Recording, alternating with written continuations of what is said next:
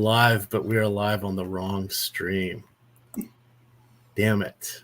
I'm going to fix this. But in the meantime, as I collect everybody here, I'm going to go drop this link in the other chat. This is what happens, Matt. They didn't have the night NBA show set up at the crack of dawn this morning, and I was not paying attention when I grabbed the link. So we're going out on the wrong stream, but I can fix that quickly enough.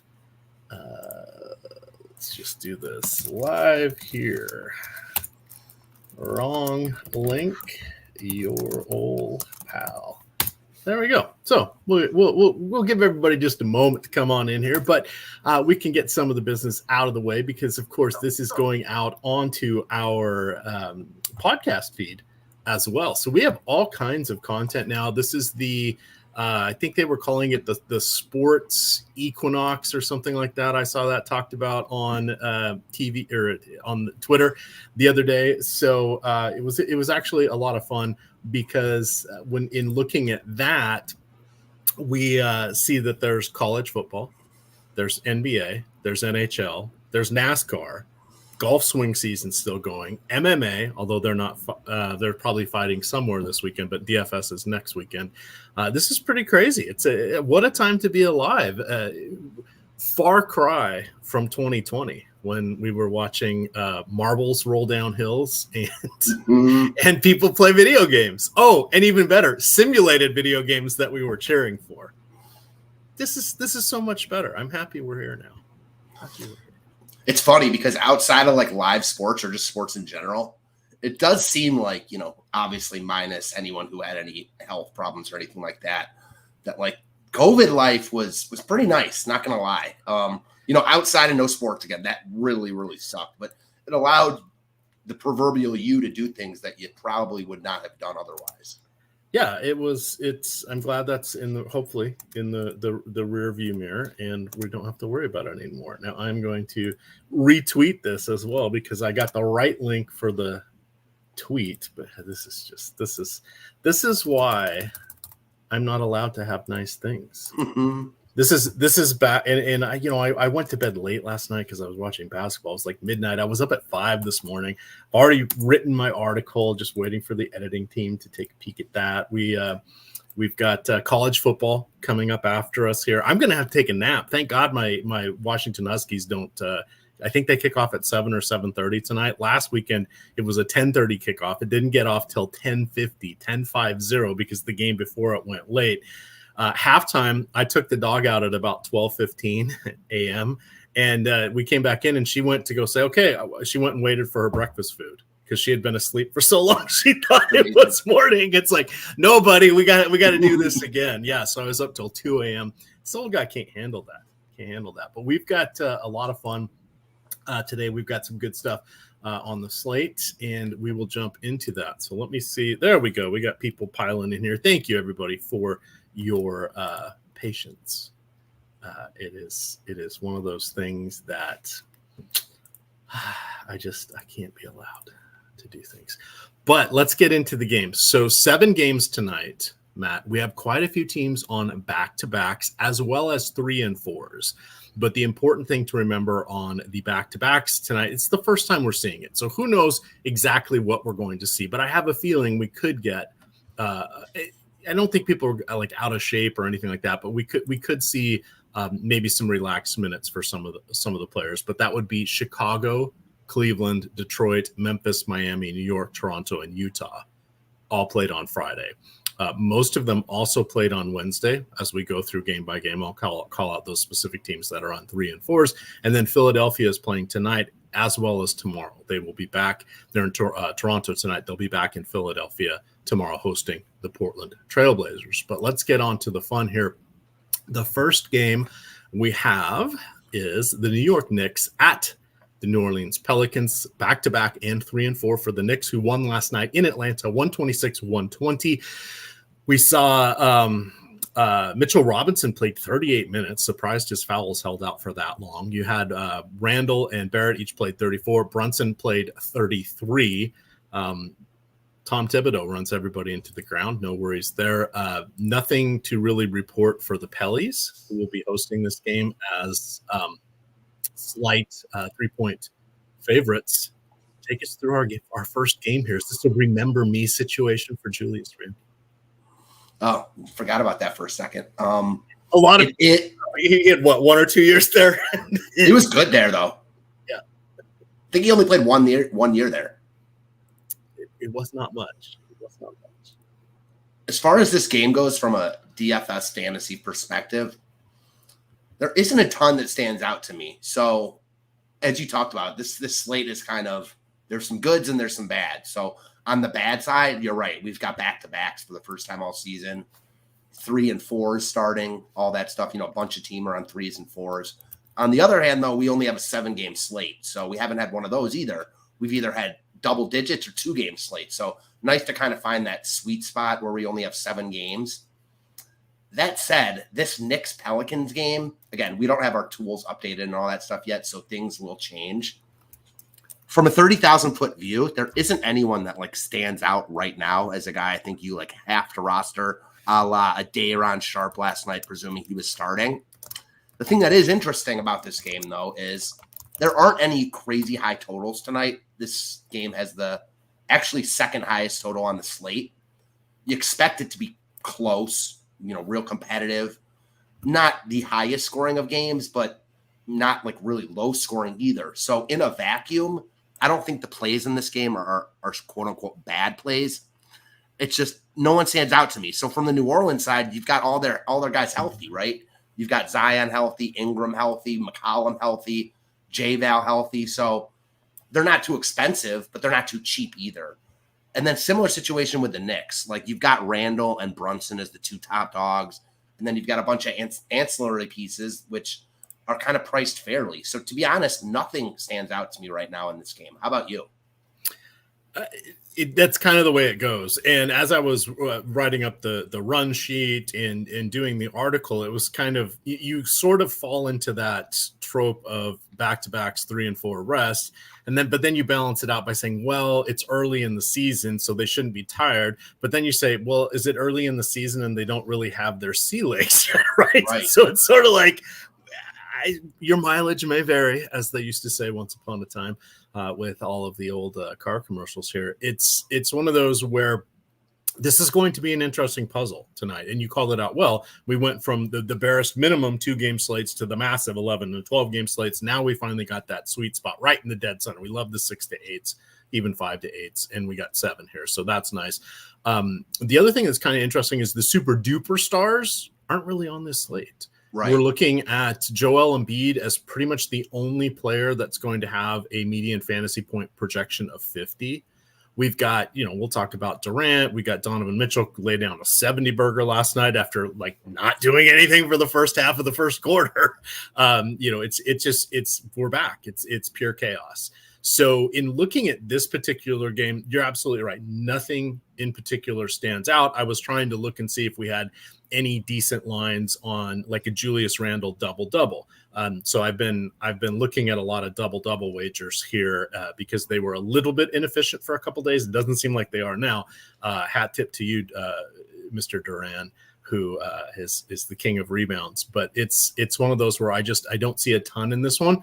If I get a couple players from this game, okay. If I don't, I'm fine with that as well. Perhaps it's the other thing we didn't throw out there. Saturday. It's our first Saturday NBA. Somebody's always sick, tired, flu-like symptoms, whatever, because Saturday, just likes to throw a wrinkle into things. But I like you, I don't see a ton in our first game here. So let's maneuver on to the next one because we are going to have plenty to talk about in this slate.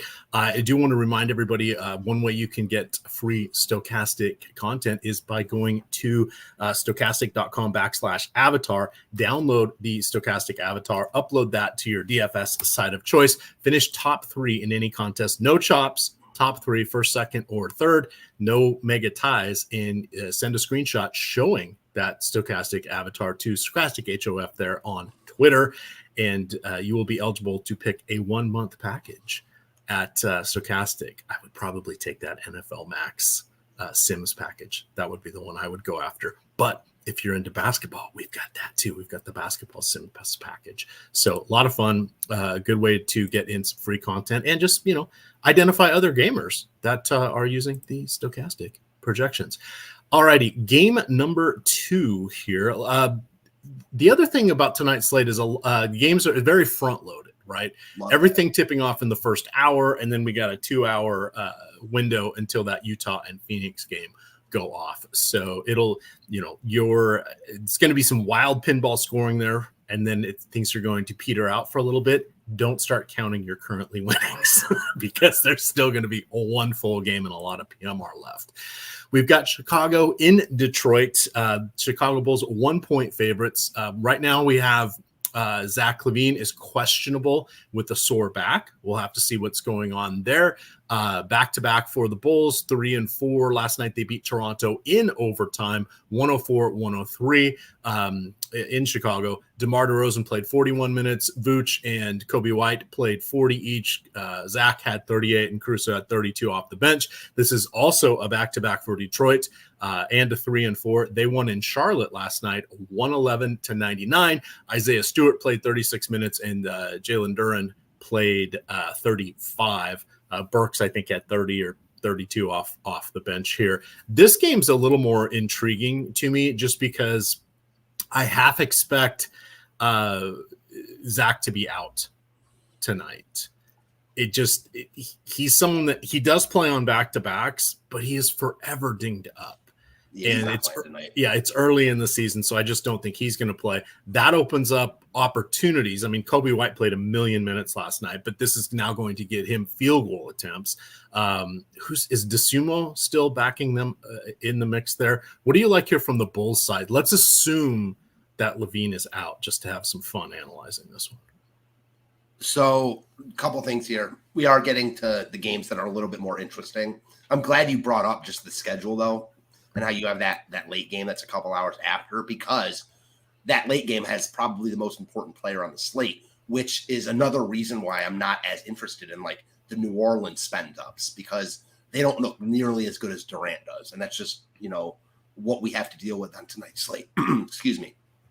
As far as this game goes, I'm with you. I expect LaVine to sit. They played an OT game last night, 3rd and 4. He hasn't looked good. Why are they going to, stress him in the 3rd game of the season? If he's fine, I'm sure he plays, but I don't think they're going to push it at all. That's how I see it, which makes the other guys on Chicago much more viable, namely DeRozan and Vooch. Good spot here in Detroit. Low total, much lower than I thought it would be. These teams aren't good offensively, but they're not really good defensively either. So I think another game we see it that's close, only a 1-point spread. I don't expect LaVine to play, which, opens the door to a really nice DeRozan, really interesting Vooch. I'm with you on Kobe White. Like, he's actually been getting the minutes this year. He's their starting point guard right now. He's been pretty good to start the season. And I'm totally with you in that LaVine being out, it doesn't really open up minutes because he's playing minutes. It opened up field goal attempts, and that's what you need with a guy like Kobe White. So if LaVine's out, I think he looks really good still at 4,800. And then everyone on the Bulls gets a bump up just because you're taking out that LaVine usage. From the Detroit side, I'm a little bit interested in them. Not sure what to make. I know Cade Cunningham fouled out, only played 24 minutes last night. I think from Detroit, it's Cunningham and Duren. Duren looks like he's taken a step forward this year. Not worried about the matchup with Vooch at all. His price is up, though. What do you think about the Detroit guys? So I really like Duren. He's 5,900 on DK. We'll talk a little bit. Center's kind of interesting. Center's always interesting because there's good point per dollar plays up and down the pricing list. But we're looking at Embiid, and then we've got a whole bunch of other players that have an opportunity to hit 40 fantasy points at a relatively at a significant discount from him. Miles Turner would be one, and Jalen Duren is the other that are on that short list of center-only plays that are there. So Duren is very interesting. He's averaging like 15 and a half rebounds, 15 and a half points per game through 2. He's playing about 33 minutes. Fouls, 4 fouls in his first game, 3 in his second. So it looks like that should not really be an issue. There's not a ton not a lot of knocks against him. It looks like he's the clear guy above Marvin Bagley, James Wiseman. Who's their other guy? Even Stewart. Now Stewart's going to play alongside him as the power forward, but Detroit for a long time was that they just collected misfit big men. That doesn't matter now. They've got Duren. He looks like the real deal here. So I think that's an exciting option here. I was looking at some of his wagering opportunities. It looks like you can get 11.5 or 12.5 is his rebound lines on the early prop lines / fantasy player prop sites. That's a lofty total here. His double probability, I think, it paid out at like -160 on the two sites that had it posted tonight. That's insane as well. So tread lightly, play him in DFS. I don't see the sports wager anymore. They kind of overcorrected on him a little bit here, but I think he needs to be a core building block today. And I have zero issues having him in at least half my lineups. I get it. What do you think about Asir Thompson? Hopefully I'm pronouncing his name correctly, a twin brother of Amen Thompson. He started off with a bang, 5 blocks in his first game. Pretty impressive. He had 1 in the last game. He's getting on the boards. Foul trouble could be a bit of an issue for him, but is he someone that you're intrigued by? I didn't even really look into him until I was working through the Detroit rotation this morning because I haven't really watched them play at all. And I was surprised to see his fantasy numbers. So granted, he's been right around 30 fantasy points per game, but I would have expected like something in the low teens.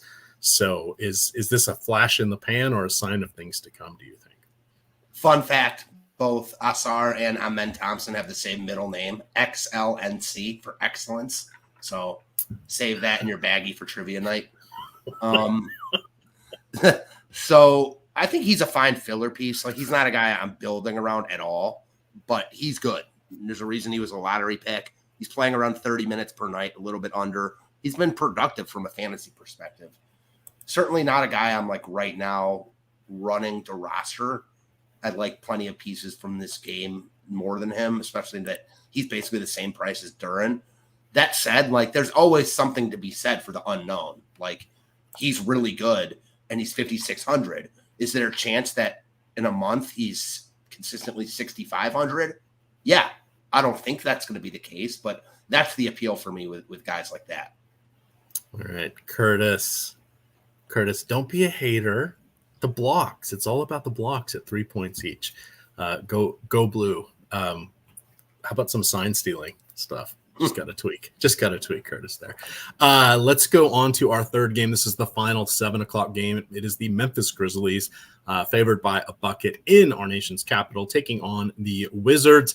227.5 projected point total here. Memphis, obviously, John Morant is out. Luke Kennard is out with a concussion. And then Santi Aldama is dealing with an ankle injury. He is questionable. On the Washington side, lottery pick Johnny Davis, not around because he's got an elbow issue. I had to finally renounce the Wizards as my favorite team. Even after they finally got rid of Grunfeld, one of the worst GM of all time, they somehow found somebody even worse than him. They just waste their picks, just absolutely waste their picks. But we've got some fun here. We got Kyle Kuzma, got the bag, 4 years, $90 million. He's interesting. You have Jordan Poole, going to get all the shots he absolutely wants. Minimum of 20 per game. That's going to be kind of fun. So Washington, not much defense, a lot of shots. Don't know if that's going to be a lot of offense. On the Memphis side here, they've got a couple intriguing players here. Start us off with Memphis here. Looking at the Jaren Jackson Jr. popping up as a reasonable point per dollar play, both on FanDuel and DraftKings. He's going to be in that low 5.1, 5.2 fantasy points per thousand, which is kind of that cutoff where you see if you're using optimizers, that's kind of where the players start to fall off and not make your lineup unless you're adjusting player ownership caps here.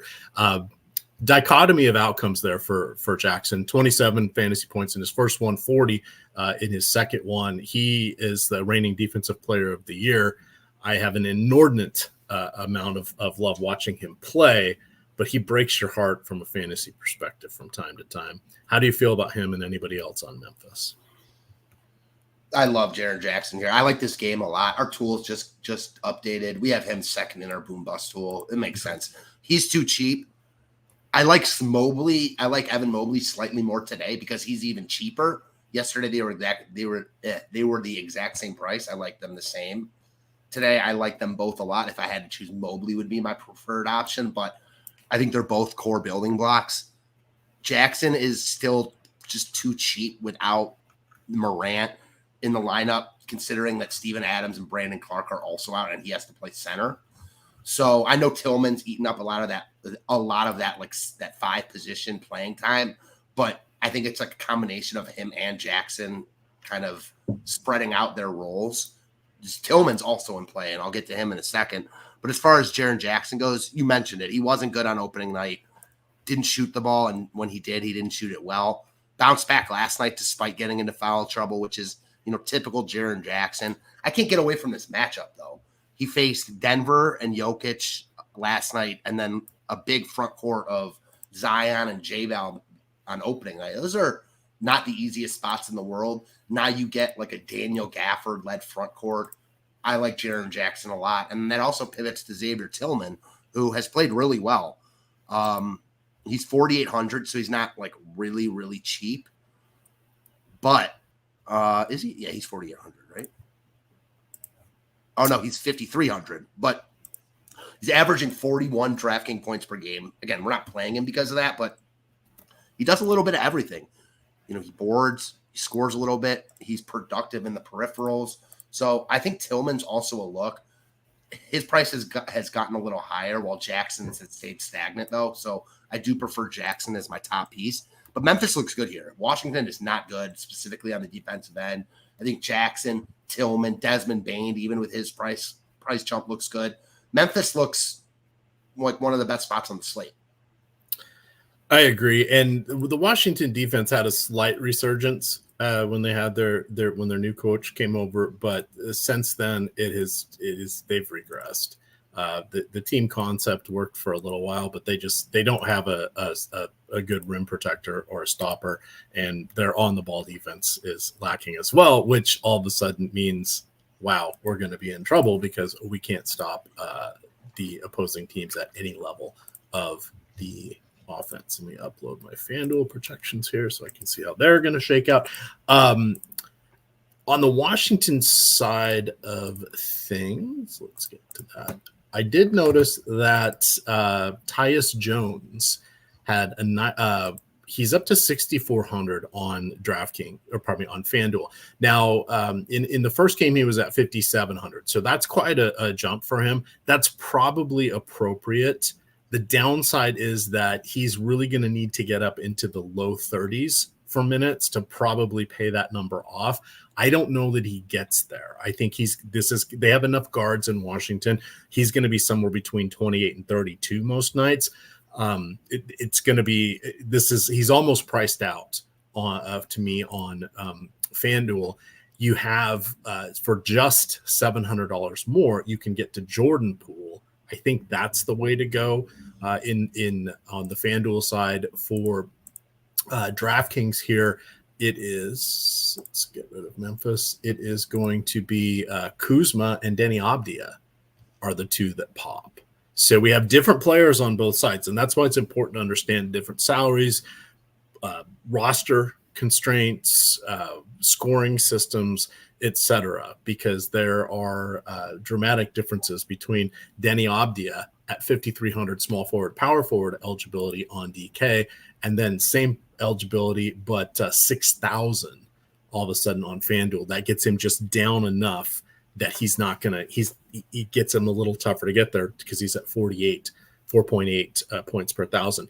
The thing about Abdia, if he looked more for his shot, and they've asked him to do that for the last couple of years, he hopefully will more this year now that, everything's turned over on that Washington offense and he's kind of the third option, but he only takes good shots, which you like to see, but not for someone you really need as your number 3 scorer. Right. So frustrating. I'm with you on FanDuel. It's definitely Poole over Tyus Jones. I think I'm a little more confident in Jones's minutes just because they do like him there. Now, you're not wrong, though. Not only do they have a lot of guards, they have a very competent backup in DeLon Wright, who we'll see how much they want to play together, but he's going to play. So I don't think you're crazy in that assessment at all. I think he probably gets between I don't think you're wrong. I just think it's on the higher end of what you said for Tyus Jones. Really like Poole on FanDuel. He's too cheap there. I actually like Poole on DraftKings. We've got a mid-size slate. So, again, it's only single-digit games, 7 games. It's not 2 games, but still, there aren't a ton of games here. This game has the highest total on the slate. And if Washington's going to be competitive this year in most of their games, it's going to be because of Poole and Kuzma. So those guys are going to be guys I'm interested in DFS. Now, I do like Kuzma more than Poole on DraftKings for sure, just because of the price points. But we saw it in his first game with Washington. Poole is not afraid to chuck. I don't think he hit a 3 on opening night, but he was still not afraid to chuck, shot a ton. All these Washington guys lost like all their fourth quarter run because Unseld decided to take them all out. They were getting rolled. I didn't like that move, but it is what it is. I guess you got to play better to stay on the court. I like going right back to Washington here, and I think you're right about Denny Avdia is the third wheel. You're not going to get excited about rostering him, but he's 5,300. He's going to play. He's pretty active, so he does things you like from a fantasy perspective. So he'd be my third guy there, and then probably Gafford. I don't think Tyus Jones is crazy on DraftKings at 6K. I just prefer the other guys. I don't think he's like priced out where you can't play him, but he's priced out for me. I agree with you. All right. One thing I did want to add when you mentioned DeLon Wright, he is someone to look to for his steal props. File this away. If he's ever draws a start, you're going to want to grab. You can even grab 1.5 or higher. Last year in just 24.4 minutes per game, he averaged 1.8. He had 3 in the first game, and I think he only played like 24 or 25 minutes. He's not their lockdown defender, but he's their best backcourt defender. A lot of times he will get in there in the closing unit as well. So he is someone that's a prop that you can usually get at positive money, usually around plus 130 or plus 140. So just want to call that one out because, of course, we're sponsored by Bet365. Key things that you want to know about Bet365, you need to be in one of the glorious states that has them. So that would be Kentucky just came online. You also have New Jersey, Colorado, Ohio, Virginia, and Iowa. If you go to Bet365 through the link in our YouTube description below, click on that link when you sign up and create your account. You have one of 2 offers. You can either bet $5 and get $150 immediately in bet credits, which you will have 1 week to use. Or you can, I'm going to drop the link here in chat so you guys can see this one as well. Here's the landing page that talks about Bet365. So they have they pulled back that, even in Kentucky, the bet 5, get 365, but they added your other option is to get $1,000 first bet safety net.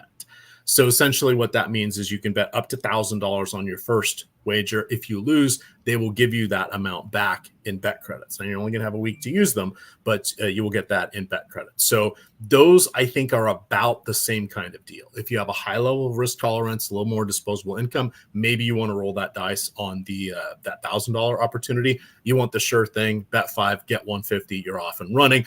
I would say, because I've done 3 or 4 now that $1,000 or $1,250 first hits. I've gotten 2 and I haven't gotten 2, and then the 2 I didn't get, I was able to grind out. One I ended up losing about $75, and the other one I won about $150.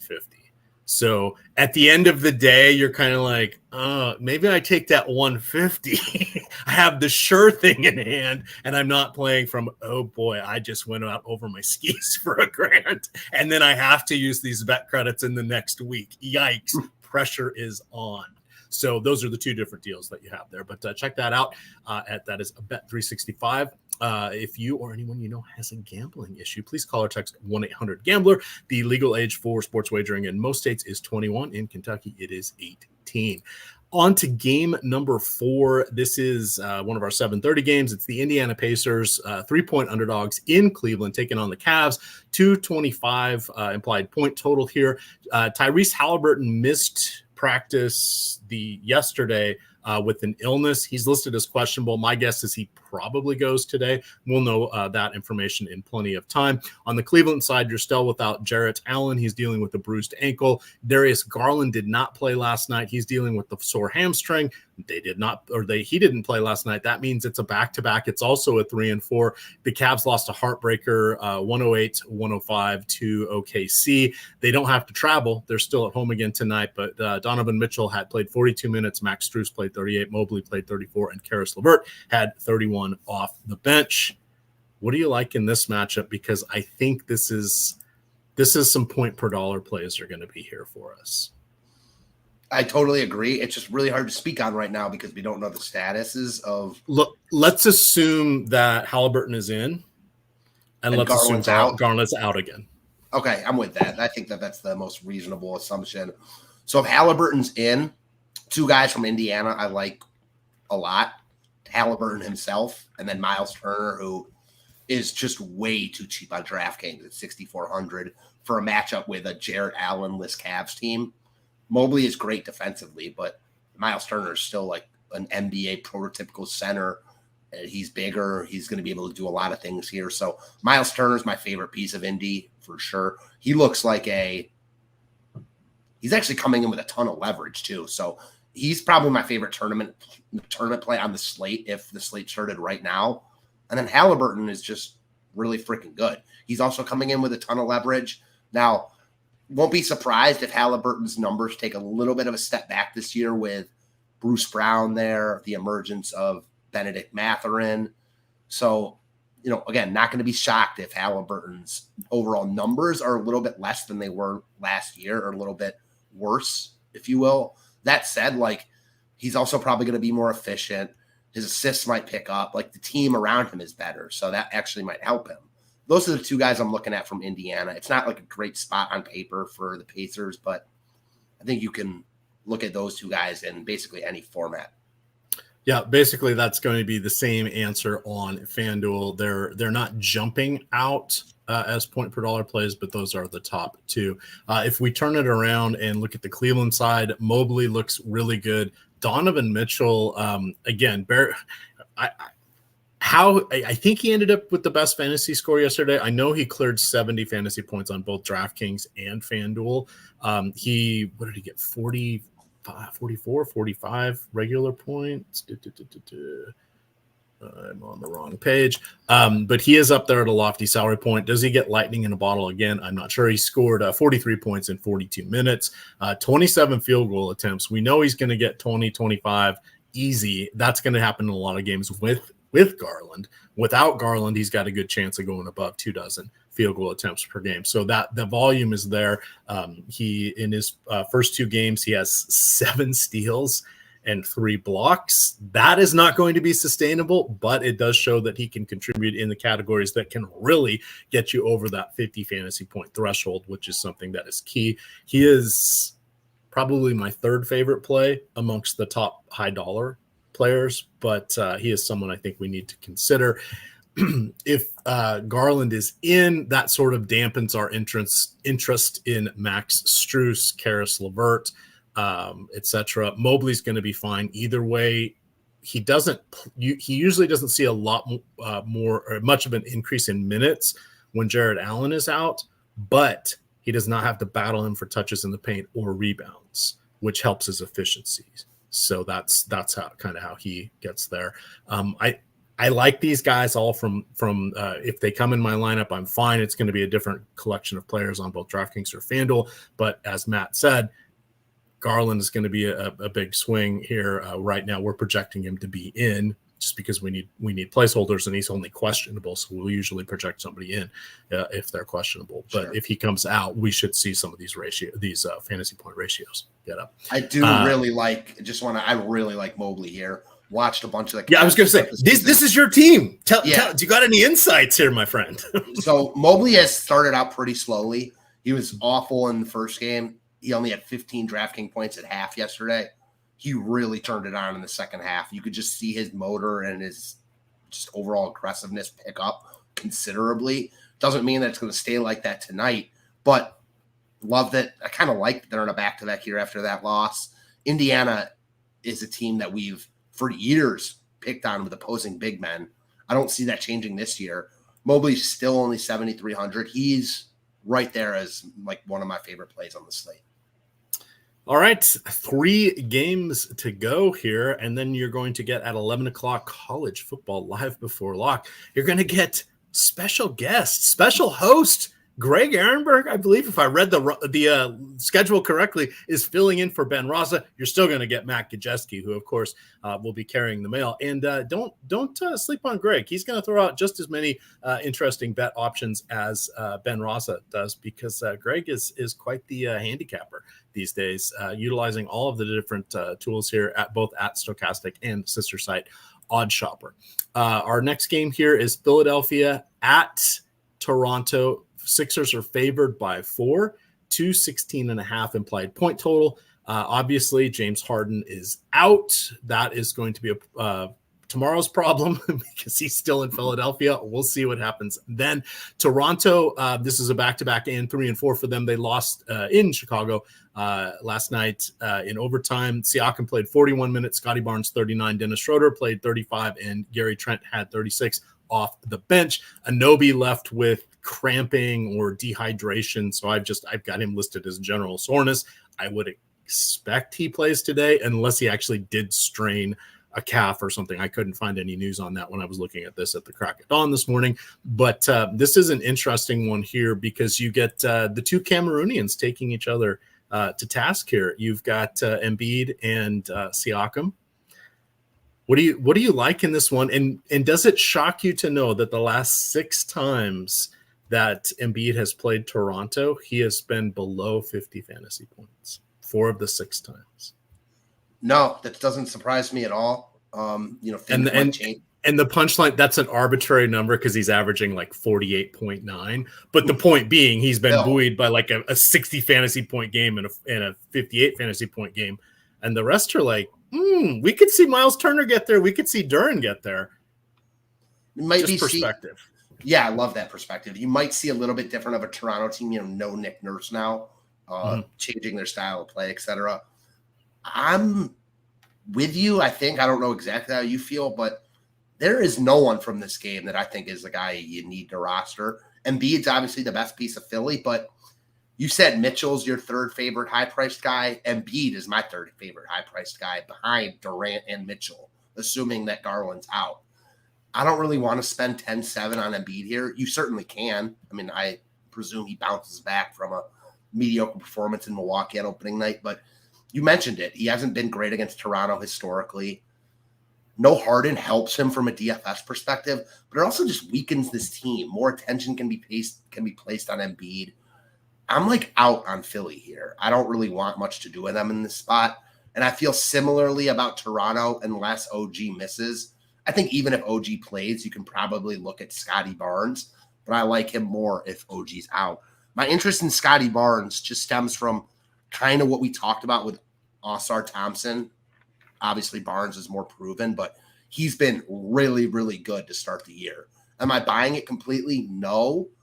But could this continue? Yeah. So my interest in him at 7,400 is there. Other than that, I really don't like this game. All right, chat, for those of you panicking because this show says live before lock, it's because your old pal grabbed the wrong link.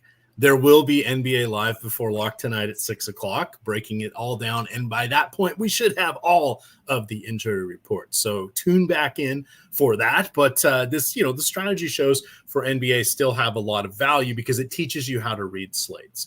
It teaches you to understand, file away little things like the DeLon Wright steal wager or stuff like that. It's just collect these things in the back of your mind. The other thing that the strategy shows are really helpful for is utilizing information and then applying that to the late slate or the mid evening slates. Those small slates that tonight there isn't really one, but like last night there was a 2-game late slate and then there was a 4-game 8 o'clock slate. There's not a lot of content for those, right? We've got our tools that take care of all of that, etc. But a lot of people make a lot of mistakes on those smaller slates because they're lost. They think, okay, well, here's the 4 people somebody talked about, and then they don't have any secondary plays. And then they're just not really thinking about it or thinking through things. And that's a loss for them, right? And this is where it helps out on some of the smaller contests you can get into on FanDuel, the ones you can get into on Yahoo. You can take advantage of understanding how the slate works, how to read different things, and which players suddenly become afterthoughts on a full slate and become an crucial part of a sub slate. And that's something that the strategy show here can help you out with. Even watching Josh Engelman or listening, I like to listen to his show early in the morning, the process, where he just kind of talks through, breaks down rotations, how are things going to happen, etc. These are just things that you can file away, because remember, news changes all the time for NBA, and you got to be on the ball. And if we're not on air, if you're in Discord, you can ask us some questions, and Greg and Eric are always willing to help. But if you don't have them in your back pocket, and you can't get to them in the 2.5 minutes that you need to make a split decision on something, it's good to know how to read the slates yourself. All right. That was a lot of me talking. We need more of you talking here.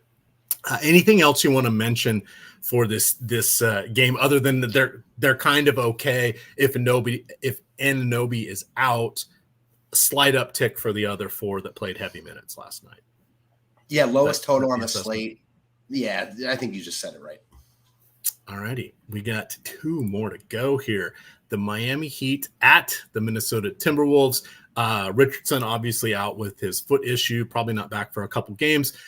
This is a back-to-back and 3 and 4. We have Love and Lowry both listed as questionable. Why? Well, because they usually don't play back-to-backs. Now, Love played just 21 minutes last night. Lowry played 32. Wouldn't surprise me if Love plays most back-to-backs this season and they just kind of keep him in that 17 to 24 minute range, and he's just going to be in the starting lineup and work his way out. If he's not in the starting lineup, don't play him. That's not the route you want to go today. It wouldn't shock me if he's not in the starting lineup but not listed as out. We don't know how the coaches are going to totally react to this rest thing. Greg has talked about it quite a few times, that this is really not going to change a lot of behaviors. It's just going to have people getting more last minute illnesses, not feeling good during shoot around, tweaking something in the layup line, right? There'll be some other BS excuse that comes along here. So just understand that. But in this one, you've got the Heat are 5-point underdogs in Minnesota. The other thing I want to call out is Anthony Edwards. Did you realize he's only 22 years old? Did you realize he was that young?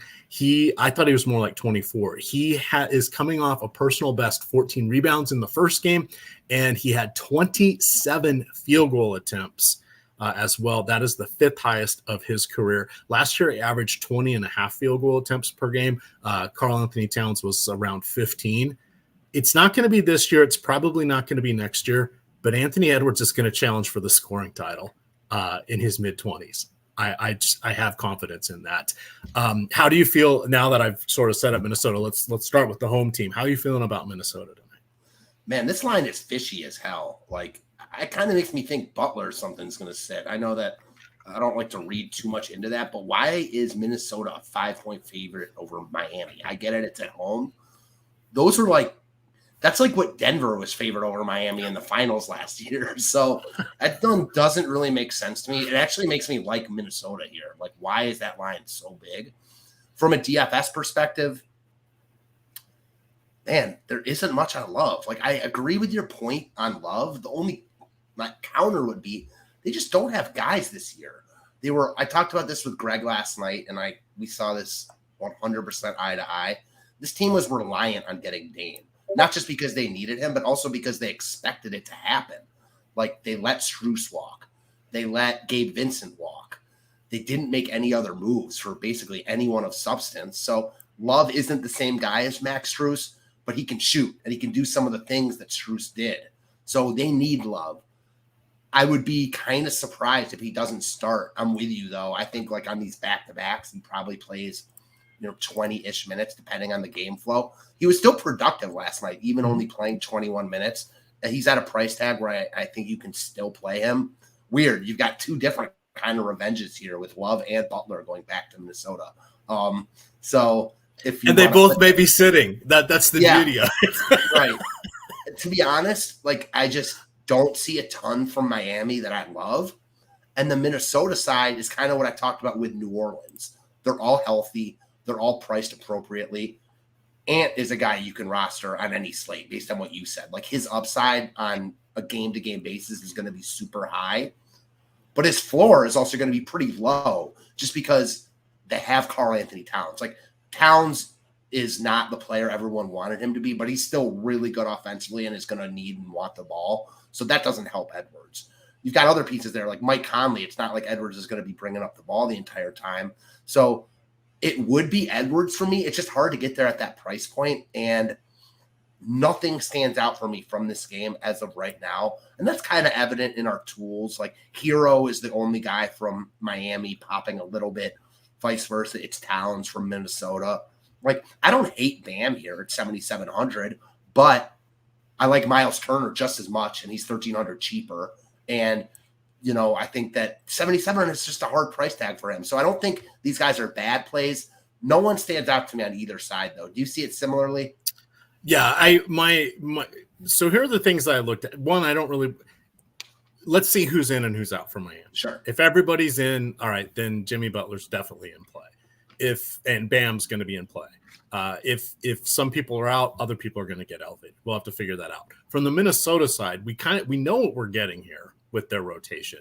The plays I looked at here were Rudy Gobert, because I always like to look at his PRA, his points plus rebounds plus assists. I couldn't get, if I remember correctly, 24.5 or 26.5 was his line. The only one book had it, and it was at slightly negative money. So I like when the alternate lines come out for that. Usually those are over on FanDuel because I like to see if it's a potential spot to ladder it. Now, Miami, if everybody's in, blah, blah, blah, their systematic defense does a good job of slowing things down. If people are out, you look at that bench, we're looking at Thomas Bryant probably getting more front court minutes. We're looking at some other stuff. Those aren't good defenders, right? And they haven't been with the team. So it's not quite the same Miami defense as we've seen if anybody's missing from their top 7 in their rotation. I always like to see what's up with Mike Conley and then Karl Anthony Towns. And Conley and Towns, they're appropriately priced tonight. Gobert, he's okay, but I wanted to take him in the wagering market. It's just really hard to get to Gobert. You love Jalen Duren, we talked about. Mm-hmm. We talked about Miles Turner. We're going to talk about Nurk. We talked about Embiid a little bit. It's just really hard to get to that Bam Gobert price point. Right. And I'm so with you. I think we see this eye to eye. Like, we'll have to wait and see on Miami if anyone's out. Minnesota just has a lot of guys right now when they're healthy. Like guys that we didn't even mention that aren't in play, but that take up usage in minutes. Naz Reid, Kyle Anderson. So when you have guys like that, it kind of just lessens what everyone else needs to do. Yeah. Shake Milton and Nickeil Alexander-Walker, kind of the wild cards. Jaden Daniels is going to be out. I think he's out, or he's down. He's dealing with the sore calf. So he's out tonight. Okay, so he's probably going to be out. So, it's the back of their bench, Troy Brown Jr.'s floating around there as well. That part's a little unknown. Their main 6 players, we know what we're getting, but the prices kind of factor that in. Right. So now you need the upside. But, Edwards and Towns can do it. But it reminds me a lot of New Orleans, like where they've got really good players. So, you can roster these guys just by the simple fact that we know on a game-by-game basis, any one of them at their respective price tags has upside, but they just have a lot of good players. Both those teams are similar. All right, final game of the night. We're going to hit this, and we'll get on out of here. Reminder, everybody, that we've got College Football Live Before Lock coming up next. That'll be going out on the correct YouTube link. I guarantee that because they have an actual producer and not me self-producing the show. There will be Live Before Lock for NBA tonight at 6:00. I'll repurpose this link. Well, I say I'll do it. I will ask nicely. I will ask for forgiveness from somebody back on the tech team to get that one squared away for us. But there will be NBA Live Before Lock. Are you on the show tonight? As well. Yes, I am on with Neil Orfield. So that's will be fun. But we've got the Utah Jazz, 5.5 point underdogs heading into Phoenix here, 222.5 implied point total. It's a back-to-back for the Jazz. They beat the Clippers in Salt Lake last night. This is also a 3-4 for them, but they did win 120-110 118. Markkanen played 35 minutes. Clarkson played 34, and John Collins played 34. For the Suns, no Bradley Beal. Apparently, he hurt his back carrying that bag that the Wizards got suckered into giving him the other day. He took some notes from Steven Strasburg. God, being a Washington area resident is not particularly fun these days. At least you're not dealing with Deshaun Watson. That is very fair point. And no more Dan Snyder. Booker, I don't think he's going to play tonight. We don't know. He's listed as doubtful. So I would suspect that they're just going to make sure he's healthy. That makes obviously Kevin Durant look good, but not quite great. A couple things we want to keep in mind with Durant. Now he's going to be the other guy that's close to a 50 fantasy point median projection, but as is Embiid. But the 13-time All-Star here, he's getting a little long in the tooth. He's 35 now. But through the first 2 games, he's averaged 38 minutes, 25 field goal attempts. This has worked out to 28.5 points, 11 rebounds, 2.5 assists, and 1.5 combined blocks and steals. But he's fairly priced tonight. It's going to be him, it's going to be Embiid, and it's going to be Mitchell. Those are kind of tonight's big 3.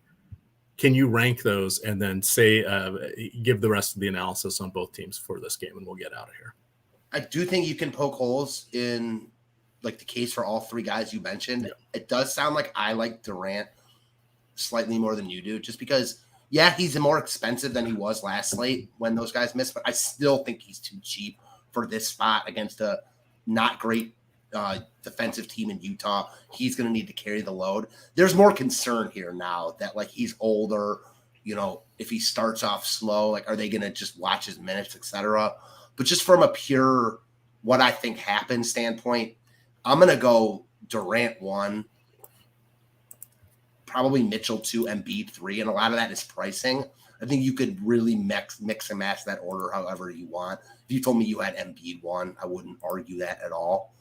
I do like this game, though, from a DFS perspective. I think the other guy on Phoenix you want to take a long look at is Jordan Goodwin. Didn't start a couple nights ago, but played 30 minutes. Put up 28 DK points. Like, he's 4,400 now, so he's not the auto lock he was at 32, but he still looks really good on a slate without a ton of value. And then like the other ancillary pieces from Phoenix, like Eric Gordon, he wasn't great last time out. Don't love him. Don't think he's a crazy play though. And then Nurk, who I came into this video liking a lot, and I still like him. I think I like Miles Turner more, though. At the same price tag, our tools like Miles Turner significantly more, ownership, leverage, even projection. So based on that, I'm on the Turner side. I think you probably like Duran more than Nurk. Nurk is a fine play, though. Like, they're going to need his offense here. Not exactly sure what happened to him in the Lakers game, but, maybe they want him playing around 28 minutes per game, which is what he played on opening night, too. So I think he's fine at 6,300. Don't love him here. Durant and Goodwin, the guys from Phoenix. And then Utah. Utah is kind of like those New Orleans, Minnesota teams light. Like, I don't think their players are quite as good, but they've got a lot of them. Markkanen, even with all these other pieces around him, still was awesome last night. 57 DK points in a comeback win.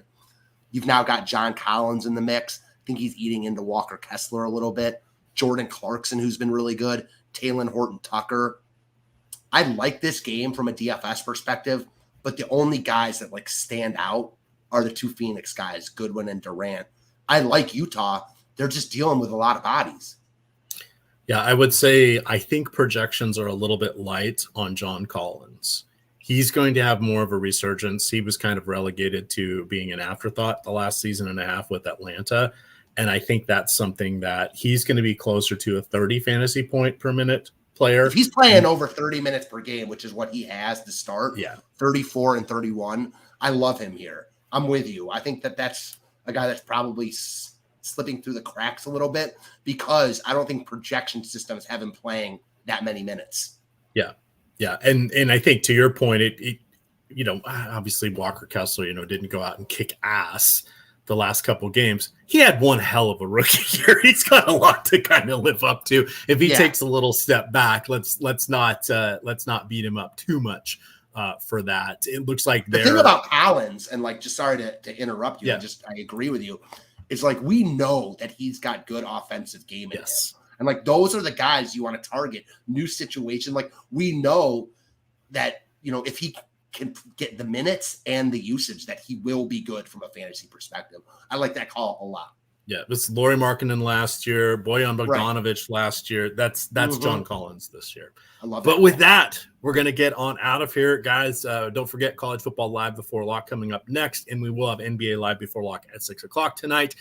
There are also a couple NFL shows that will be on in between. Check that all out on the Stochastic YouTube channel. Also, Sister Side Odd Shoppers YouTube channel has quite a few videos on demand that are out covering various betting opportunities and player props and all sorts of fun in the sports wagering world. You can follow Matt on Twitter at FantasyTipsMatt. I am at EMac DFS, and of course, it is Stochastic_COM. With that, gamers, good luck.